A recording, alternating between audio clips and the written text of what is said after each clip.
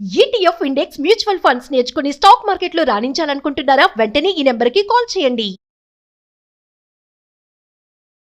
ఆపాటలాధరమధీర విలోల నేత్రం ఆమోద నిర్భరితమద్భుత కాంతిపూరం ఆవిస్మితామృతమనుస్మృతి లోభనీయం ఆముద్రితాననమహో మధురం మురారే. కృష్ణుడి చిరునవ్వు చెరక్కండ మన మనసులోనే ఉండాలి. మనం మామూలుగా కోరుకుంటాం భగవంతుడి యొక్క రూపం బుద్ధిలో ఉండాలి. భగవంతుడిని మనం తలుచుకుంటూ ఉండాలి. దేవుడు మనతోటి ఉండాలి. మనం చేసే పనిలో మనకు సహాయంగా ఉండాలి. మన వెనకాల ఉండాలి. ఎన్ని రకాల ఊహలు వస్తాయండి. సాధారణంగా భగవంతుడిని చూడకుండానే, అంటే మనం కంటితో చూడలేం కదా, మనకే అలాంటి ఉద్దేశం ఉంటుంది. నాతో దేవుడు ఉంటే బాగుంటుంది. దేవుడు అంటే మనం సరిగా నడిపించే శక్తి అని మన భావన. ఈ గోపికలు ఆయన పాట, ఆయన నడక, ఆయన నవ్వు అక్కడే ఉండటంతో ఎంత మైమరిచిపోయి ఉంటారంటే, ఈ పొద్దు నుంచి సాయంకాలం దాకా వీళ్ళు ఆవులు తోలుకొని తీసుకుపోయేవాళ్ళు. మొత్తం పల్లెలో ఉన్న మగవాళ్ళంతా, పెద్దవాళ్ళ దగ్గర నుంచి పిల్లవాళ్ళ వరకు అంతా గోవులు మేపుకునే పని మీదే వెళ్ళిపోయేవాళ్ళు. ఈ వెళ్ళిపోతే ఈ బలరాముడు కృష్ణుడు ఇద్దరు కొంతమంది పిల్లలు తమ ఈడు వాళ్ళతో కలిసి ఆవులు తోలుకోవడానికి వెళ్ళిపోయేవాళ్ళు. బలరాముడి మీద పెద్దగా వ్యవహారం ఏం లేదు. ఈయన పక్కన ఉండాలి, అది నియమం, అంతే తప్పిస్తే ఆయన కోసం వెయిటింగ్ లేదు. వీళ్ళంతా ఏం చేసేవాళ్ళు, పొద్దున్నుంచి ఇంకెప్పుడొస్తాడు, సాయంత్రం ఎప్పుడవుతుంది అని ఆలోచిస్తూ ఉండేవాళ్ళు. ఎప్పుడెప్పుడు వస్తాడో, ఎప్పుడెప్పుడు మురళీరవం వినపడుతుందోనని ఆసక్తిగా చూస్తూ ఉండేవాళ్ళు. పని చేసుకోలేకపోయేవాళ్ళు. మనసంతా అక్కడే ఉండేది. ఏమైనా ఉత్పాతాలు జరుగుతున్నాయేమో, అడవిలో ఎలా ఉందో, అక్కడ ఎవరికైనా దుష్టశిక్షణ చేస్తున్నాడేమో, ఎవరినైనా ఏం చేస్తున్నాడోనని అనుక్షణం కృష్ణుడి మీద ధ్యాసతోటే ఆ గోపకాంతలంతా ఉండేవాళ్ళు. అతన్ని తమ నుంచి వేరుగా భావించేవాళ్ళు కాదు. భర్తలు, పిల్లలు అందరూ సమస్తమైన ఉన్నవాళ్ళు, మొత్తం కుటుంబం ఉన్న వాళ్ళ ధోరణి కూడా ఇదే ధోరణి. ఇందులో చిన్న పెద్ద, యువతులు, కన్యలు, గృహిణులు తేడా లేదు. అట్లా భక్తుడికి భగవంతుడి పట్ల ఉండే వ్యామోహంతో ఇలా సతమతమైపోతూ ఉండేవాళ్ళట. ఎప్పటికైతే ఎందుకు తెల్లారుతుంది, పొద్దున్నే సూర్యుడు వస్తాడు. సూర్యుడు వచ్చిన కాసేపటికల్లా వీళ్ళంతా బయలుదేరి వెళ్ళిపోతాడు. కృష్ణుడు వెళ్ళిపోతాడు, ఈ పల్లెలో నుంచి వెళ్ళిపోతాడు. రాత్రి రాకుండానే బ్రహ్మదేవుడు చేసేస్తే బాగుంటుంది, లేదా రాత్రిని తెల్లవారనివ్వకూడదు. రాత్రి వచ్చింది, ఇక తెల్లారకూడదు. రాత్రిపూట ఏవో పాటలు పాడుకుంటారు, ఏదో ఆటలాడతారు, ఆ పాటలు సంగీతం వింటూ నిద్రపోతాం. అలాగే ఉండాలి, అదే నిద్రగా ఉండాలి. తెల్లారకూడదు. తెల్లవారిందా, సూర్యుడు వచ్చాడా, 8, 9 అయ్యిందా, అందరూ బయలుదేరి వెళ్ళిపోతారు. కృష్ణుడు వెళ్ళిపోతాడు. ఈ పగలంతా ఎలా భరించాలి, కృష్ణుడి విరహం, అతను ఇక్కడ మన దగ్గర లేడనే భావనని ఎట్లా భరించాలి అని ఎంత బాధపడేవాళ్ళు.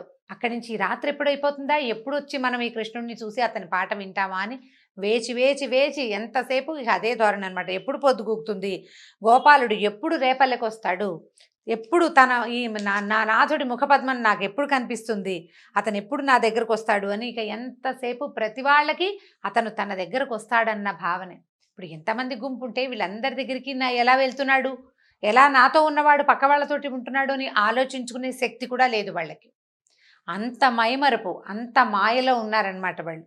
ఇలా వేచి ఉండేవాళ్ళు. చీకటి కాస్త ఇట్లా సాయంకాలం వెలుగు తగ్గేసరికల్లా కేకలు పెడుతూ ఉండేవాళ్ళట. అదిగో సూర్యుడు పడమటి కొండకు వెళ్ళిపోతున్నాడు, సాయంకాలం అయిపోయింది, గోవుల తాలూకు గోధూళి రేగుతోంది, అంటే దుమ్ము రేగి కనపడుతుంది. గోవులన్నీ నడుస్తుంటే దూరానికి దుమ్ము రేగి కనపడుతుంది, గోధూళి రేగుతోంది.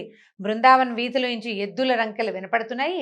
వస్తున్నాడు స్వామి, రండి రండి రండి అని అందరూ సంభ్రమంగా ఇళ్లలో నుంచి బయటకు వచ్చి నుంచునుండేవారట. కృష్ణుడి కోసం స్వాగతానికి మొదటి భాగానికి, పల్లె తాలూకు అగ్రభాగానికి వెళ్ళిపోతూ ఉండేవాళ్ళు. అంటే అడవి పల్లె కలిసే చోటి పరిగెత్తేవాళ్ళు అనమాట ఆయన చూడడం కోసం. అంత చూడకుండా ఉండలేనంత వ్యామోహంలోకి, అంత విపరీతమైన భక్తిభావంలోకి గోపకాంతలంతా వెళ్ళిపోయారు. రేపల్లిలో ఉన్న వాళ్ళంతా ఆబాల గోపాలము ఇట్లా భగవంతునికి అతుక్కుపోయి అంటే అపరిమితమైన ఆకర్షణకి లోనయ్యి ఉండేవాళ్ళు. ఈ విధంగా సాయంకాలం అయ్యేసరికల్లా ఎదురొస్తూ ఉండేవాళ్ళు. ఒకరోజు ఇలా వస్తూ ఉండే వాళ్ళని ఆయన అందరినీ పలకరించేవాడు, నవ్వేవాడు, కొంతమందిని ముట్టుకునేవాడు, ఎవరికి కావాల్సింది వాళ్ళకి ఇస్తూ నవ్వుతూ ఇంటికి దారి తీసేవాడు. ఒక రోజున ఒక సంఘటన సంభవించిందట. అయితే ఒక పెద్ద ఎద్దు వచ్చింది లోపలికి. అంటే ఆల్రెడీ వీళ్ళ దగ్గర ఎద్దులు ఉన్నాయి, ఆవులు, దూడలు, వాటితో పాటు ఎద్లు, కొన్ని ఆంబోతులు కూడా ఉన్నాయి. ఒక ఎద్దు ఎలా వచ్చిందంటే, ఎంత పెద్ద ఎద్దోట, అది గనక గట్టిగా రంక వేస్తే గర్భపాతం అయిపోయేంత పెద్ద శబ్దం అంటే అదురు వచ్చేస్తుంది అనమాట, గుండెలు పగిలిపోతాయి. తర్వాత అసలు అది గనక నడుస్తుంటే ఆ రేగుతున్న దుమ్ము ఆకాశాన్ని సూర్యుని కప్పేసేలాగా ఉందిట. కొమ్ములు ఎట్లా ఉన్నాయంటే ఏ కొండకైనా అది ఢీకొట్టిందంటే కొండ ముక్కలైపోవాల్సిందే. అలాంటి ఒక వృషభాసురుడు ఒకడు తోక పైకెత్తి రంకెలు వేస్తూ కాలు దువ్వుతూ కొమ్ములు చాచి అంటే పొడవడానికి సారించినట్టుగా కొమ్ముల్ని విసురుతూ లోపలికి దూసుకుంటూ వచ్చాడట, మహావేగంతో వచ్చాడు. ఈ రాగానే వృషభాసురుని చూసేసరికల్లా దూడలు బెదిరిపోయి తల్లుల దగ్గరికి పరిగెత్తినాయట. వెంటపడ్డాడు వీటి వెనకాల, అంటే ఈ గోవుల మంద వెనకాల పడ్డాడనమాట. దూడలేమో అమ్మల దగ్గరికి పరిగెత్తినాయి, ఈ దూడలు ఆవులు కలిసి ఎద్దుల్లో పరిగెత్తినాయి, ఎద్దుల్లోకి మారినాయి అనమాట. అంటే గుంపు గుంపు ఒక రెండో గుంపులోకి చేరుతోంది. అక్కడి నుంచి దూడలు ఆవులు ఎద్దులు ఏకమయ్యి గోపకులానికి పరిగెత్తుకొచ్చేసినాయి. ఆ వృషభాసురుణ్ణి చూసేసరికల్లా నిదానంగా వస్తున్న వాళ్ళంతా ఓ గుంపు దూడలు వచ్చి ఆవుల దగ్గర, ఆవులు దూడలు కలిసి ఎద్దుల్లోనూ, ఆవులు దూడలు ఎద్దులు 3 గుంపులు కలిసి గోకులంలోకి పరిగెత్తుకొచ్చేసినాయి.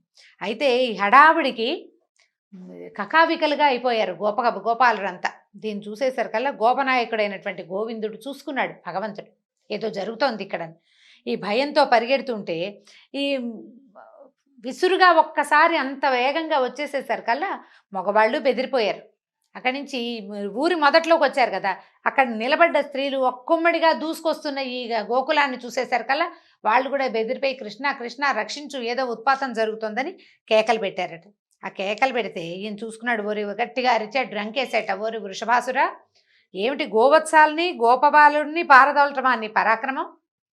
నీకు ఇంత పెద్ద శరీరం ఉండి నువ్వు పరాక్రమవంతుడు అయితే వీళ్ళని బెదిరించడం కాదు కదా నువ్వు చేయవలసింది, నీ ప్రతాపం చాలించు, మేము గోపగోపి జనం కాదు, వెళ్ళు బయటికి వెళ్ళిపో అని కేకలు పెట్టాడు. కేకలు పెట్టేసరికల్లా వృషభాసురుడికి వెనక్కి బెదరలేదు. మామూలుగా హే హే ఓయ్ ఓయ్ అని బెదిరిస్తారు ఎడ్లని, కేకేస్తారు, కేకేస్తే కొంచెం ఆగుతాయి. కానీ ఈ వృషభాసురుడు ఆగే ఉద్దేశంలో లేడు, ఇంకా దూసుకొచ్చేస్తుంటే ఈయన ఏం చేశాడట, ఇలా భుజం ఎదురొడ్డి నిలబడ్డాడు. దానికి నిలబడేసరికల్లా దగ్గరకు వచ్చేసరికల్లా భుజం చూపిస్తూ ఉంటే ఏమిటి, రా నా మీదకి అని పిలవడం అనమాట. అది ఒక చేయి చాచి రెండోది ఇట్లా భుజం చూపించేసరికల్లా ఓహో రా నన్ను ఢీకొట్టు, నీ సంగతి చూస్తానని చెప్తున్నాడు. దాంతో వృషభాసురుడు ఏం చేశాడు, గిట్టల దగ్గరకు వచ్చి గిట్టలతో నేలని దువ్వుతూ తర్వాత తోక గబగబా ఆడిస్తూ ఏం చేశాడు, కళ్ళలోంచి ఎట్లా వస్తుందంటే మంటలు రేగుతున్నాయా అన్నట్టుగా ఉందిట దాని చూపు. దాని ముక్కులోంచి వచ్చే సెగ దూరానికి కూడా మంటలు రేపేంత సెగ వస్తుందట, అంటే ఉద్రేకంతో ఉంది. ఆ ఉద్రేకంగా ఉన్న ఈ ఎద్దు కృష్ణుణ్ణి ఎదుర్కొందట. ఈయన ఏం చేశాడు, 2 కొమ్ములు పట్టుకుని బాగా దాన్ని యుద్ధం చేశాడు ఎద్దుతోటి. ఎట్లా ఉందంటే ఎద్దు మానవ బాలుడు లాగా లేదు, ఒక ఏనుగు ఇంకో ఏనుగును పట్టుకున్నట్టుగా కనపడుతోంది. ఆ వాడు కూడా సామాన్యమైన ఎద్దు కాదు, బ్రహ్మాండమైన స్వరూపం. ఈయన అంతకంటే తక్కువేం లేదు, చూడ్డానికి చిన్న బాలుడే, 13-14 సంవత్సరాల వాడే. కానీ మంచి ఎదుర్కొనే ధోరణే ఎలా ఉందంటే ఏనుగుని ఎదుర్కొంటున్నట్టుగానే కనపడుతోందట. అక్కడి నుంచి ఎన్ని అడుగుల దూరానికో నెట్టి తోసేసేట వెనక్కి. ఈ కింద పడిపోయిన వాడు సొమ్మసిల్లి ఇలా ఒక్కసారి అమ్మో అని అనిపించింది. కింద పడంగానే అయ్య బాబోయ్ వీడేమిటో తోసేస్తున్నాడు అనుకున్నాడు. మళ్ళీ లేచాడు. రాక్షసులు అంత తొందరగా ఏమంటారు, మన పరాజయాన్ని ఒప్పుకోరండి. కింద పడిపోయినా సరే మళ్ళీ లేచి మళ్ళీ వాడి శక్తి ఉన్నంత వరకు, ఇంతకుముందు బకాసురుడి సంగతి కూడా మనం అలాగే విన్నాం, మళ్ళీ వస్తాడనమాట వాడు. ఈ పడిన వాడు ఏం చేశాడు, ఇంకా వేగంగా వచ్చేసరికల్లా ఈసారి ఏం చేశాడు, 2 కొమ్ములు పట్టుకుని దాన్ని నేల మీదకి లాగేశాడట. ఎద్దుని లాగేసి కాలు వేసి దాన్ని గట్టిగా పట్టుకున్నాడు. పట్టుకునేసరికల్లా ఈ పైనుంచి దేవతలు చూస్తున్నారు, అమ్మో ఏదో చేస్తున్నాడు అని చూస్తున్నారనమాట. పైనుంచి స్పెక్టేటర్షిప్ చాలా ఉంది ఇక్కడ, వాళ్ళంతమంది చూస్తున్నారు. కింద నుంచిన వాళ్ళు ఆవులు దూడలు ఎడ్లు కాకుండా గోపబాలురు గోపీజనము ఇంతమందితో పాటు ఆకాశంలో దేవతలు కూడా ఉత్సాహంగా చూస్తుండగా ఏం చేశాడు, ఈ మీద కాలేసి కొమ్ములు పట్టుకున్నవాడు ఎడం చేతితోటి దాని కొమ్ము ఒకదాన్ని లాగేశాడట. లాగేసి ఆ కొమ్ముతోటే దాన్ని కొట్టాడు విపరీతంగా. కొమ్ములు కూడా చాలా పెద్దవి.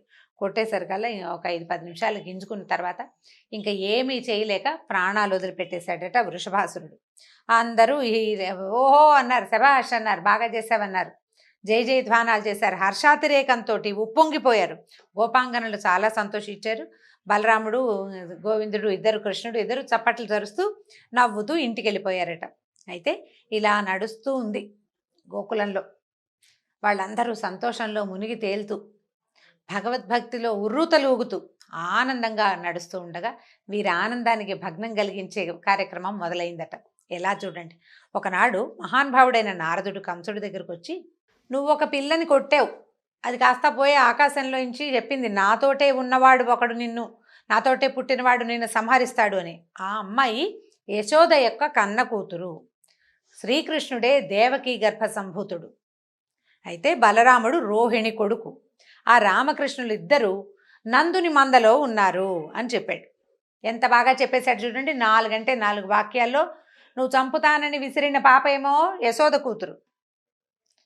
అక్కడ నందుడి దగ్గర ఉన్న వాళ్ళలో ఉన్నటువంటి పిల్లల్లో ఒక పిల్లవాడేమో రుక్మిణి సంతానము, రెండో వాడు దేవకీ గర్భ సంజాతుడు, అష్టమ గర్భ సంజాతుడైన శ్రీకృష్ణుడు.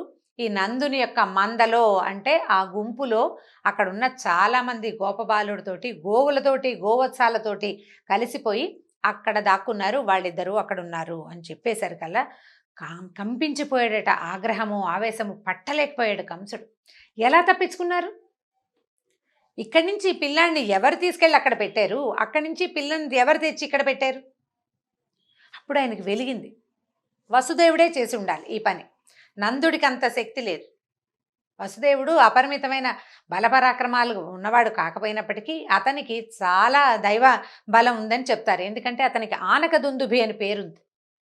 నాతో మెతగ్గా ఉంటూనే ప్రతి పిల్లాన్ని నీకు అప్పచెప్తానని నాకు చెప్తూనే పిల్లల్ని దాటించేశాడు. తనది కాని పిల్లని తెచ్చి తన పక్కన పడుకోబెట్టుకున్నాడు. ఈ మాట అర్థమైంది.